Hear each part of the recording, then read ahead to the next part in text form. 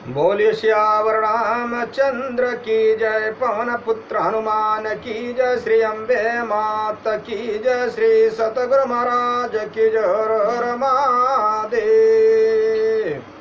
राजा राम राम राम सीता राम राम राम, राजा राम राम राम सीता राम राम राम, राजा राम राम राम सीता राम राम राम, राजा राम राम राम सीता राम राम राम, राजा राम राम राम सीता राम राम राम, राजा राम राम राम सीता राम राम राम, राजा राम राम राम सीता राम राम राम, राजा राम राम राम सीता राम राम राम, राजा राम राम राम सीता राम राम राम, राजा राम राम राम सीता राम राम राम, राजा राम राम राम सीता राम राम राम, राजा राम राम राम सीता राम राम राम, राजा राम राम राम सीता राम राम राम। बोलिए श्यावर रामचंद्र की जय, पवन पुत्र हनुमान की जय, श्री अम्बे मात की जय, श्री सतगुरु महाराज की जय। हर हर महादेव। श्री राम जय राम जय जय राम, श्री राम जय राम जय जय राम। भगवान शंकर के आशीर्वाद से, प्रभु श्री राम जी के कृपा से, देवी माँ के आशीर्वाद से, सदगुरु के कृपा से, श्री भक्तमाल कथा भाग 218 श्री निमि जी, श्री भरद्वाज जी की कथा है। आप लोग सुनिए।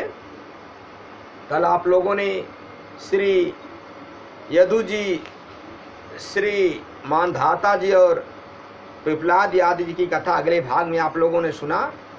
अब आप श्री निमि जी और भारद्वाज जी की कथा सुनिए। ये भक्तमाल कथा है। भगवान के अनन्य तरह से अनेक तरीके से भक्त रहे हैं। ये सब भगवान की माया को जीत लेने वाले भक्त हैं। ये महाराज इक्ष्वाकु के पुत्र थे और महर्षि गौतम के आश्रम के समीप बैजंत नामक नगर बसाकर वहाँ का राज करते थे। एक बार निमि ने 1 सहस्त्र वर्ष में समाप्त होने वाले यज्ञ का आरंभ किया और उसमें श्री वशिष्ठ जी को ऋषित्व के रूप में वरण किया। श्री वशिष्ठ जी ने कहा कि 500 वर्ष के यज्ञ के लिए इंद्र ने मुझे पहले ही वरण कर लिया है। श्यावर रामचंद्र की जय। अतः इतने समय तक तुम ठहर जाओ। राजा ने कुछ उत्तर नहीं दिया। इसमें वशिष्ठ जी ने यह समझकर कि राजा ने उनका कथन स्वीकार कर लिया है, इंद्र का यह यज्ञ कराने चले गए। विचारवान निमि ने यह सोचकर कि शरीर तो क्षणभंगुर है, अतः विलंब करना उचित नहीं है। उसी समय महर्षि गौतम आदि अन्य होताओं द्वारा यज्ञ प्रारंभ करा दिया। इंद्र का यज्ञ समाप्त होते ही मुझे निमि का यज्ञ कराना है। इस विचार से वशिष्ठ जी तुरंत ही आ गए। राजा उस समय सो रहे थे।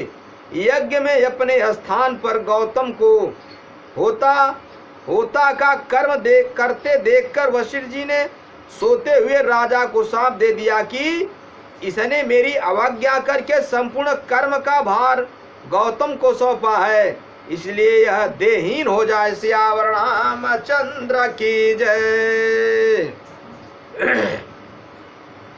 वशिष्ठ जी ने शाप दिया है, यह जानकर राजा निमि ने भी उनको शाप दे दिया कि गुरु ने मुझसे बिना बातचीत किए अज्ञानता पूर्वक मुझे सोए हुए को शाप दिया है, इसलिए उनकी भी देह नष्ट हो जाएगी। इस प्रकार शाप देकर राजा ने शरीर छोड़ दिया। महर्षि गौतम आदि ने निमि के शरीर को तैल आदि में रखकर उसे यज्ञ की समाप्ति तक सुरक्षित रखा।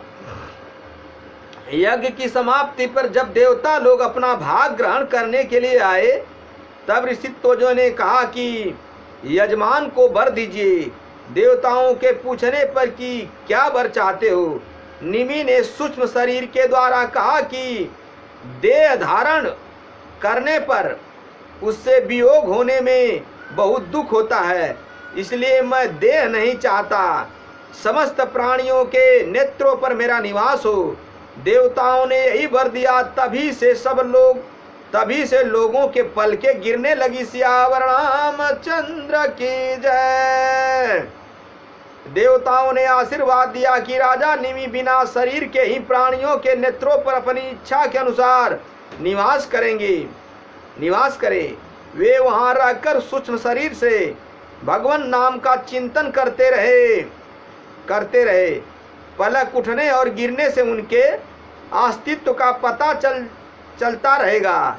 इसके बाद महर्षियों ने यह सोचकर कि राजा के न रहने पर लोगों में अराजकता फैल जाएगी, निमि के शरीर का मंथन किया। उस मंथन से एक कुमार उत्पन्न हुआ। जन्म लेने के कारण उसका नाम जनक हुआ। विदेह उत्पन्न होने के कारण वैदेह और मंथन से उत्पन्न होने के कारण उसी बालक का नाम मिथिल हुआ। उसने मिथिलापुरी बसाई। यथा जन्म जनक सबुदम वैदेस्तु विदेहज मिथिलो मंथना जातो मिथिलायेन निर्माता। भागवत में इसका वर्णन है।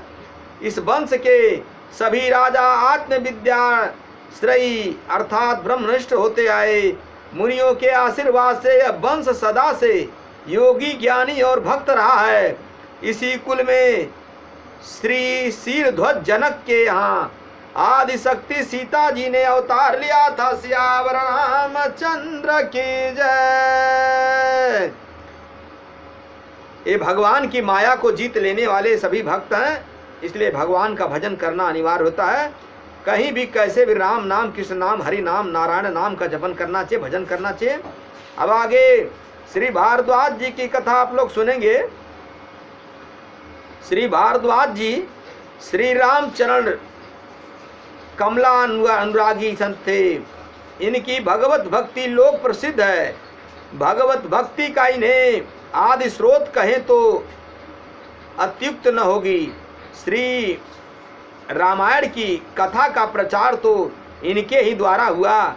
ये श्री गंगा यमुना जी के परम पावन संगम पर प्रयागराज में रहते थे। सियावर रामचंद्र की जय।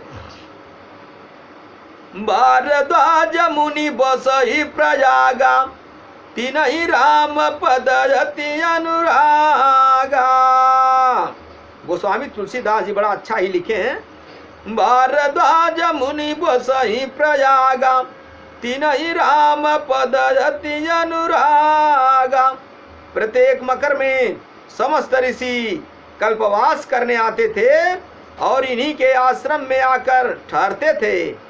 एक बार याज्ञवल्क्य ऋषि को इन्होंने आग्रह पूर्वक कुछ दिनों के लिए और रखा था भगवत कथा सुनने के लिए। इसलिए उनकी विधिवत पूजा करके बोले, नाथ एक संसौ बड़ मोरे, करगत भेद तत्व सब तोरे।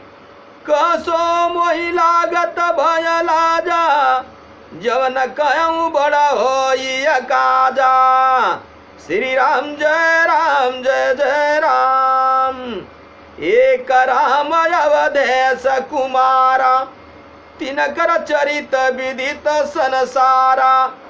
नारी बिरह दुख लयहु अपारा, भयहु रोष रन रावण मारा। श्री राम जय जय राम। प्रभु सोई राम की अपर को जाहि जपत त्रिपुरारी। सत्य धाम सर्वज्ञ तुम कहूँ विवेक विचारी। याज्ञवल्क्य जी सुनकर हंस पड़े। महामुनि भारद्वाज और उन्हें संदेह तो असंभव है जगत के हित के लिए ये राम कथा सुनाना चाहते हैं, जिससे सभी राम कथा को बार बार सुने।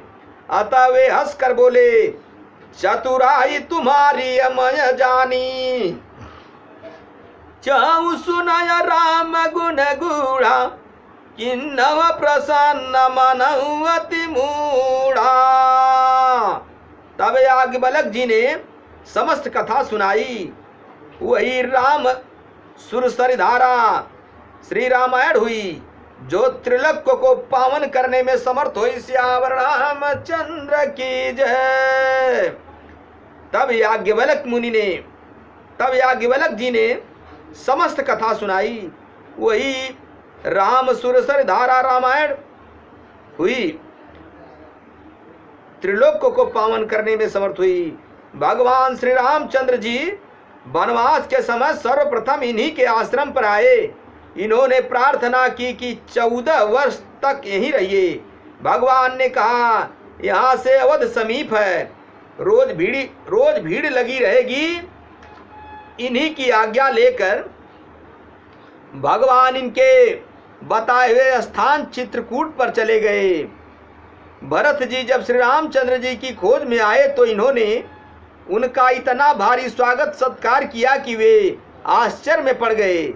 श्री राम जी से भी अधिक इन्होंने उनका सत्कार किया और स्पष्ट कह दिया, सुनहु भरत हम झूठ न कहीं, उदासीन तापस बन रही, सब साधन कर सुफल सुहावा, लखन राम सिय दर्शन पावा, तेई फल कर फलु दरस तुम्हारा, सहित प्रयाग सुभाग हमारा।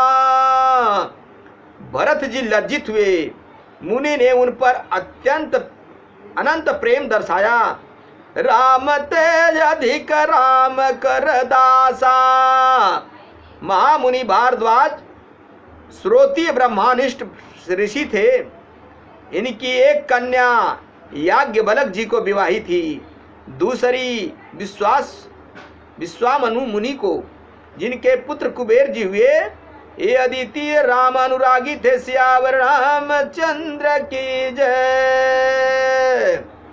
मेरे भाइयों, मेरे मित्रों, मेरे बंधुओं, ईश्वर सत्य है, जगत मिथ्या है।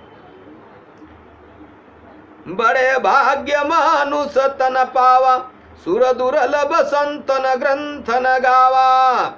ये मनुष्य का शरीर साक्षात मोक्ष का दरवाजा है। ये बड़े भाग्य से मिला है, इसे पा करके व्यर्थ न करें। हर पल हर घड़ी कहीं भी कैसे भी चलते फिरते उठते बैठते सोते जागते राम नाम, कृष्ण नाम, नारायण नाम का जपन करें। संत सेवा, गुरु सेवा, ब्राह्मण सेवा, गौ सेवा करते हुए, शास्त्र मर्यादा का पालन करते हुए अपने जीवन का कल्याण करें। हरि का भजन करें। हरि भजन बिना जीवन मिथ्या है। इसलिए कहीं भी कैसे भी करते रहें, भगवान का नाम जपते रहें। दर्शन स्पर्शन तीर्थ धाम उनका करें। संत सेवा, गुरु सेवा, ब्राह्मण सेवा करते हुए अपने जीवन का कल्याण करें। कथा विसर्जन हो तो सुनहु, पवन कुमार राम लखन सीता सहित मुँह पर करहूँ कल्याण।